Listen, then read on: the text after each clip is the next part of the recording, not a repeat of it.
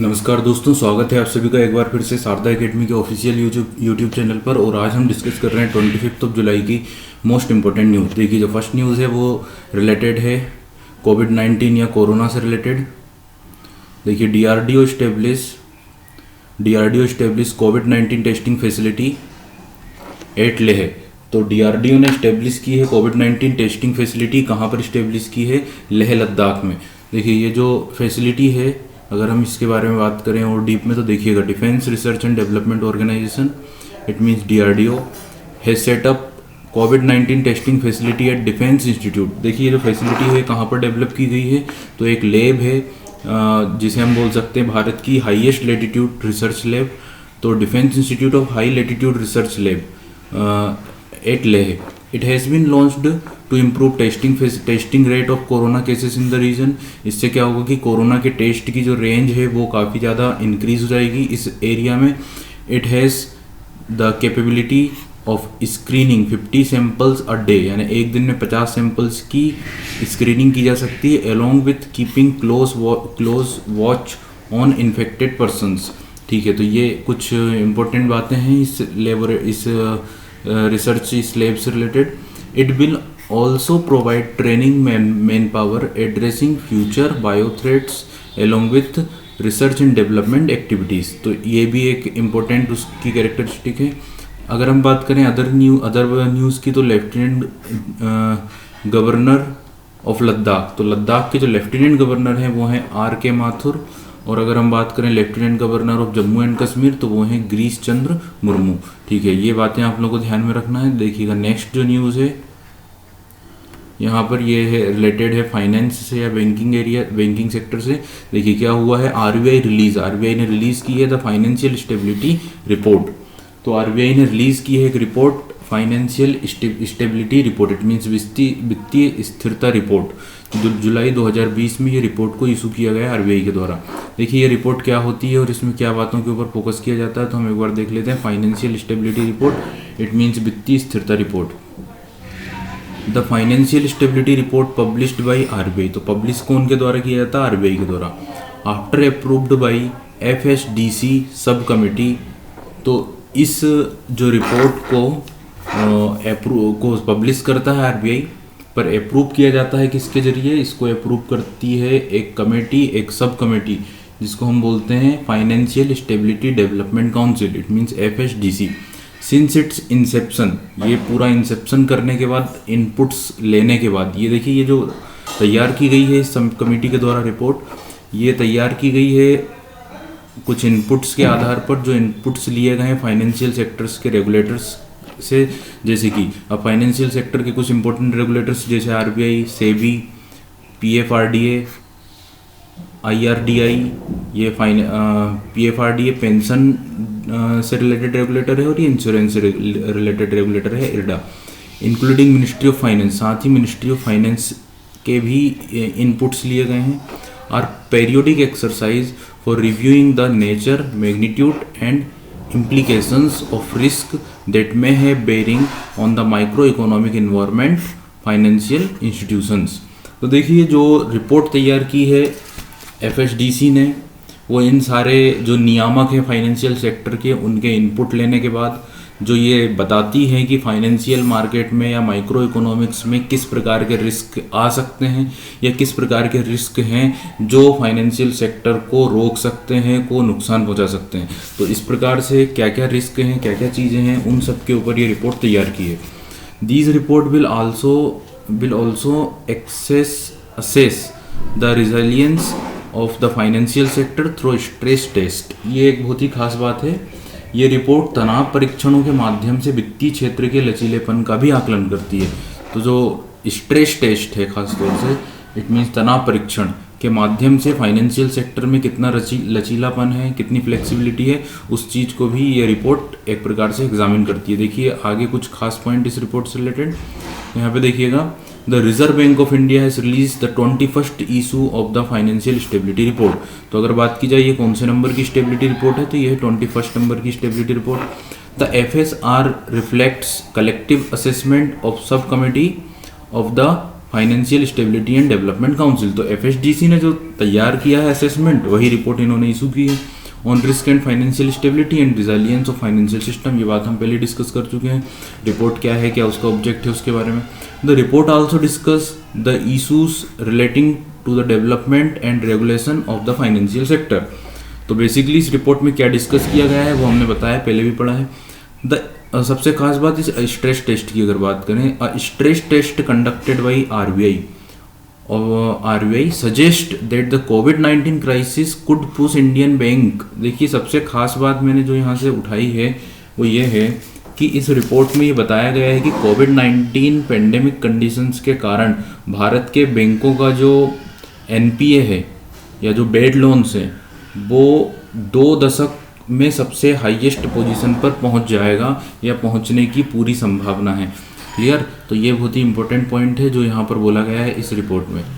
देखिएगा यहाँ पे pressures from the pandemics and the national lockdown.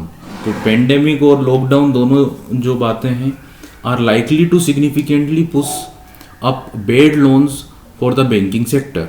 तो इसके कारण क्या होगा कि जो bad loans it means NPA है वो काफ़ी इंक्रीज हो जाएगा, उसमें काफ़ी पुश देखने को मिलेगा according to RBI financial report for July 2020 in a very severe stressed scenario. देखिए अगर हम बात करें तो जो वेरी सेवर स्ट्रेस सिनारियो है यानी अत्यंत गंभीर स्थिति के दौरान the gross non performing asset of the banking sector could rise as high of 14.7% of total loan by March 2021 the RBI FSR stated.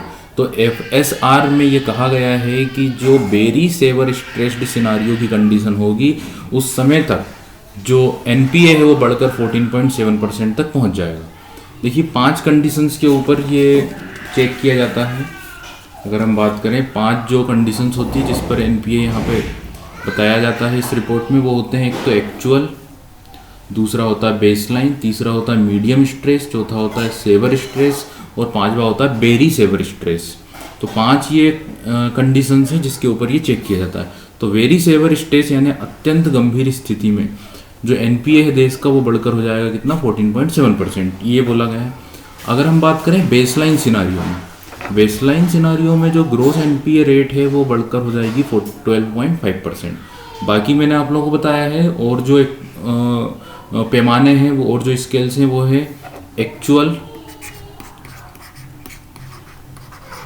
दूसरा है बेसलाइन जो हमने यहाँ पे लिखा, बेसलाइन में कितना होगा, बेसलाइन में होगा 12.5%। तीसरा होता है मीडियम स्ट्रेस, मीडियम स्ट्रेस, चौथा होता है सेवर स्ट्रेस इट मीन्स गंभीर स्थिति, और 5वां होता है वेरी सेवर स्ट्रेस जो हमने यहाँ पे डिस्कस किया वेरी सेवर स्ट्रेस सिनारियो में। ठीक है, the RBI stress test covering 53 schedule commercial banks. तो इसमें 53 शेड्यूल कमर्शियल बैंकों को शामिल किया गया है। As of March 2020 the ratio stood at 8.5% of total advances. तो मार्च 2020 की बात करें तो मार्च में इतना था 8.5% और 21 में इतना हो जाएगा। ठीक है, आगे चलते हैं नेक्स्ट पॉइंट के ऊपर। अगली जो न्यूज़ है वो एक इंटरनेशनल न्यूज़ है। देखिए यहाँ पर क्या बात बोली जा रही है। World trade organisation it means WTO granted observer status to Turkmenistan. WTO ने ऑब्जर्वर स्टेटस दिया है तुर्कमेनिस्तान को। देखिए किसी भी ऑर्गेनाइजेशन में जो मेंबर्स होते हैं वो या तो होते हैं परमानेंट मेंबर और या हो सकते हैं ऑब्जर्वर मेंबर, और भी कई कैटेगरीज हो सकती है, पर ये 2 कैटेगरी आप हमेशा देखेंगे। यहाँ पर अगर हम बात करें WTO के जो परमानेंट मेंबर हैं वो अप्रॉक्सीमेटली 164 के अप्रॉक्स हैं, जहाँ तक लास्ट जो मैंने न्यूज़ देखी थी उसमें। अगर हम बात करें ऑब्जर्वर की तो लगभग 25 हैं तुर्कमेनिस्तान को मिलाकर। तो तुर्कमेनिस्तान एक नया ऑब्जर्वर मेंबर बना है WTO it means world trade organisation का, जो कि एक बहुत ही बिगेस्ट ट्रेड ऑर्गेनाइजेशन है। देखिए world trade organisation general council has granted the observer status to the central Asian country Turkmenistan. तो ये जो सेंट्रल एशियन कंट्री है यानी मध्य एशियाई देश तुर्कमेनिस्तान, इंडिया की बात करें तो साउथ एशियन कंट्री है, और तुर्कमेनिस्तान, उज्बेकिस्तान, कजाकिस्तान, तजाकिस्तान ये सब सेंट्रल एशियाई कंट्रीज हैं। After receiving the observer status from WTO, Turkmenistan has become the last former Soviet republic to establish formal ties up with the trade body. तो अगर हम बात करें यहाँ पर, तो ये जो ऑब्जर्वर का स्टेटस मिला है तुर्कमेनिस्तान को, तुर्कमेनिस्तान आखिरी सोवियत गणराज्य का देश है जिसने WTO के साथ ये एग्रीमेंट किया है, बाकी सभी देशों का हो चुका है, ये लास्ट कंट्री है। देखिए सोवियत संघ गणराज्य की बात करें तो रूस जो है उसी को पहले USSR बोला जाता था, USSR, it means United Soviet रूस, USSR, यूनाइटेड सोवियत रूस, क्लियर। तो USSR इट मीन्स रूस, जो कि जिसमें कई सारे यूरोपियन कंट्रीज भी शामिल थे, ये पूरा एक रीजन उसके अंदर था, सबसे बड़ा देश हुआ करता था वहाँ पर। उसका जो लास्ट कंट्री अलग हुआ है वो कौन सा अलग हुआ है, यहाँ पर तुर्कमेनिस्तान, ठीक है। Turkmenistan will now be able to reap the benefits of acquisition of the status as it would help the country to develop its economy, promote multilateral cooperation, attract foreign investment and develop international trade relations. तो अगर हम बात करें इस प्रकार से जो observer का जो स्टेटस मिला है, इसके बाद से तुर्कमेनिस्तान कई स्थितियों को अधिग्रहित कर पाएगा, जिससे देश की आर्थिक स्थिति का विकास होगा, दूसरे देशों के साथ सहयोग बढ़ेगा, विदेशी निवेश अट्रैक्ट होगा, आकर्षित होगा, साथ ही अंतर्राष्ट्रीय व्यापारिक संबंधों का भी विकास होगा इस स्टेटस के बाद से। देखिए आगे जो खास बात है यहाँ पर वो ये है, तो डायरेक्टर जनरल की बात करें तो कई सालों से रॉबर्ट अजेवेडो जो हैं WTO के डायरेक्टर जनरल हैं। करेंसी की बात की जाए तो तुर्कमेनिस्तान की करेंसी है मेनेट और कैपिटल है अशगाबत, ठीक है। ये बात पे आप लोग फोकस करिएगा, ये चीज़ें आप लोगों से पूछी जाएंगी बार बार, ठीक है। अगली न्यूज़ के ऊपर चलते हैं। नेक्स्ट जो न्यूज़ है वो अगेन बैंकिंग सेक्टर से रिलेटेड है। अगर हम बात करें बैंक ऑफ बड़ौदा जो कि भारत का 3rd लार्जेस्ट बैंक है, तो bank of Baroda unveils Insta click saving account. तो बैंक ऑफ बड़ौदा ने एक नया सेविंग अकाउंट डिस्क्लोज किया है जिसका नाम है इंस्टा क्लिक सेविंग अकाउंट। देखिए इंस्टा क्लिक सेविंग अकाउंट की क्या खास बात है हम उसके ऊपर देखते हैं। India's 3rd largest public sector bank, Bank of Baroda, has launched InstaClick saving account, 100% paperless. सबसे पहली बात तो ये कि आपको बैंक जाने की ज़रूरत नहीं है, पेपर वर्क करने की ज़रूरत नहीं है, पूरी तरह पेपरलेस होगा। Digital self online saving account, it means ये digital self assisted online saving account है। अबाउट InstaClick सेविंग अकाउंट की अगर बात करें, InstaClick saving account uses a new form of digital KYC and Aadhaar based OTP authorisation of the customer. तो ये इस account में एक नए प्रकार से KYC, आधार बेस्ड OTP ऑथेंटिकेशन का यूज़ किया गया है। इसमें क्या होगा कि जो बैंक की वेबसाइट है उसी पर जाकर कस्टमर उसी के जरिए ऑपरेट कर सकता है इस अकाउंट को, उसी के जरिए मोबाइल से, लैपटॉप से, आईपैड से, कंप्यूटर से बैंक की वेबसाइट पर जाकर इन सारी चीज़ों के जरिए जो है इस अकाउंट को ऑपरेट कर सकते हैं, यानी आपको बैंक में जाने की कोई भी ज़रूरत यहाँ पर नहीं है। देखिए आगे और क्या खास बात है इस अकाउंट की, तो account is activated in real time, तो ये रियल टाइम पर एक्टिवेट हो जाएगा, which means the customer can start transaction, तो उसी समय हम ट्रांजेक्शन स्टार्ट कर सकते हैं यूजिंग इसके लिए आपको एक एप्लीकेशन अपने मोबाइल में करनी होगी, उसी के जरिए आपको ये अकाउंट यूज़ करना होगा, जो कि है Baroda M connect plus application with the mobile pin, it means M pin received on off the mobile number immediately.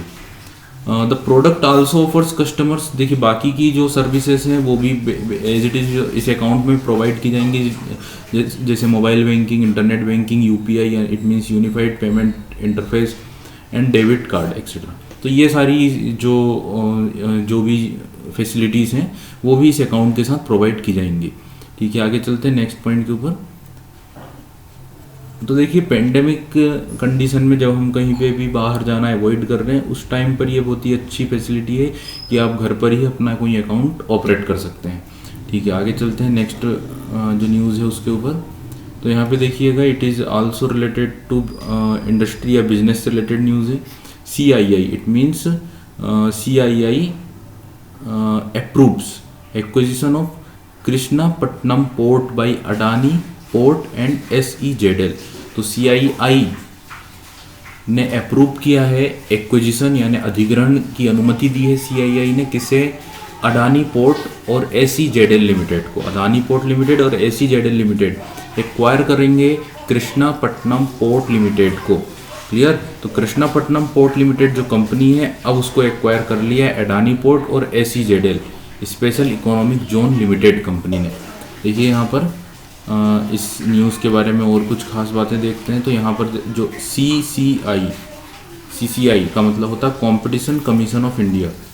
Competition commission of India has approve Krishnapatnam port limited acquisition bye Adani port and special economic zone, it means SEZL limited. तो अब ये जो port limited है वो acquire कर लिया गया इन दो कंपनीज के जरिए। It will invoice acquisition. देखिए इस एक्विजिशन में, इस अधिग्रहण में किन किन चीज़ों को इनवाइस किया गया है, तो वो है इक्विटी यानी सबसे पहले तो शेयर्स या equity, share holding and management control. तो इन तीन चीज़ों को एक्वायर किया गया है इस एक्विजिशन में, equity, share holding and management control.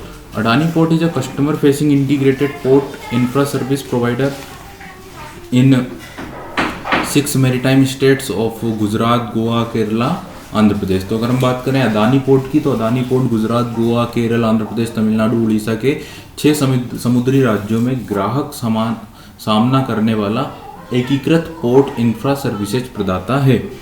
The acquirer manage logistic chain that includes vessel management, internal transport, storage etcetera. तो जो एक्वायरर है उसे क्या करना होता है, एक्वायरर को रसद श्रृंखला का प्रबंधन करना है जिसमें पोर्ट प्रबंधन, आंतरिक परिवहन, भंडारण आदि शामिल होते हैं। देखिए आगे चलते हैं हम नेक्स्ट न्यूज़ के ऊपर। जो नेक्स्ट न्यूज़ है यहाँ पर वो रिलेटेड है लिटरेचर से। तो Hussain Zaidi wrote down new novel title end game. तो हुसैन जेदी ने एक नया उपन्यास लिखा है, एक नया नॉवेल लिखा है जिसका नाम है एंड गेम। क्लियर। अच्छा, लास्ट जो सेशन हुआ था उसमें भी हमने एक नॉवेल के बारे में डिस्कस किया था जिसका नाम था सूरज कदे झुकदा नहीं। सूरज कदे झुकता या झुकदा नहीं। आपको बताना है इसका आंसर, ये नॉवेल किसके द्वारा लिखा गया है और बेसिकली इस नॉवेल में क्या स्टोरी है, इसका बेस क्या है, ऑब्जेक्ट, इसका सब्जेक्ट मैटर क्या है। ठीक है, फिलहाल हम बात कर रहे हैं हुसैन जेदी की एक इम्पोर्टेंट नॉवेल जो उन्होंने लिखी है जिसका नाम है एंड गेम। देखिए यहाँ पे veteran crime and terror writer S. Hussain Zaidi has penned a new novel title the end game which talks of political betrayal manageable terror. ठीक है, तो यहाँ पे देख लेते हैं अपन जो वयोवृद्ध फेमस एक बहुत ही एक्सपीरियंस्ड राइटर हैं। अगर हम बात करें वयोवृद्ध अपराध और आतंकवादी लेखक, तो अपराध और जो टेरर के ऊपर ये नॉवेल लिखते हैं S. हुसैन जेदी ने द एंड गेम एक नया उपन्यास लिखा है जिसमें राजनीति की बात की गई है और विश्वासघाती अकल्पनीय आतंकवाद के ऊपर उन्होंने इस नॉवेल में डिस्कशन किया है। ठीक है, नेक्स्ट चलते हैं अगली न्यूज़ के ऊपर। ये भी बैंकिंग सेक्टर से रिलेटेड है। तो एक payment bank, Airtel payment bank tie up with NSDC। तो एयरटेल पेमेंट बैंक का टाई अप हुआ है, साझेदारी हुई है NSDC, it means national skill development corporation के साथ to develop skill in rural area. तो रूरल एरिया में स्किल डेवलपमेंट के लिए NSDC के साथ टाई अप किया है एयरटेल पेमेंट बैंक ने। देखिए आगे यहाँ पर अगर हम बात करें इससे रिलेटेड और नेक्स्ट बात की, तो Airtel payment bank limited has collaborated NSDC to train skill young people. तो NSDC के साथ ये टाई अप हुआ है, कोलैबोरेशन हुआ है to train and skill young people in rural areas for financial service. तो फाइनेंशियल सर्विस कि ट्रेनिंग देने के लिए कहाँ पर किन लोगों को, ग्रामीण क्षेत्र के युवाओं को, ठीक है। The type will help them in finding jobs and become entrepreneurs by designing and conducting focused skill development programme, ये उसके ऑब्जेक्ट होंगे। This will enable rural youth to adopt the tools to boost online banking and digital financial services. तो इससे क्या होगा कि rural area के जो यूथ हैं, रूरल एरिया के जो युवा हैं, वो ऑनलाइन बैंकिंग को अपनाएंगे, उनके टूल्स को अपनाएंगे, जिससे कि इस सेक्टर में बूस्ट आएगा और साथ ही उन्हें कई सारी चीज़ों के बारे में जानकारी मिलेगी। अगर हम बात करें एयरटेल पेमेंट बैंक की, तो उसके जो सीईओ हैं वो हैं Anubrata Biswas. MD and C of NHDC की बात की जाए तो वो है मनीष कुमार। ठीक है, चलते हैं हम नेक्स्ट न्यूज़ के ऊपर।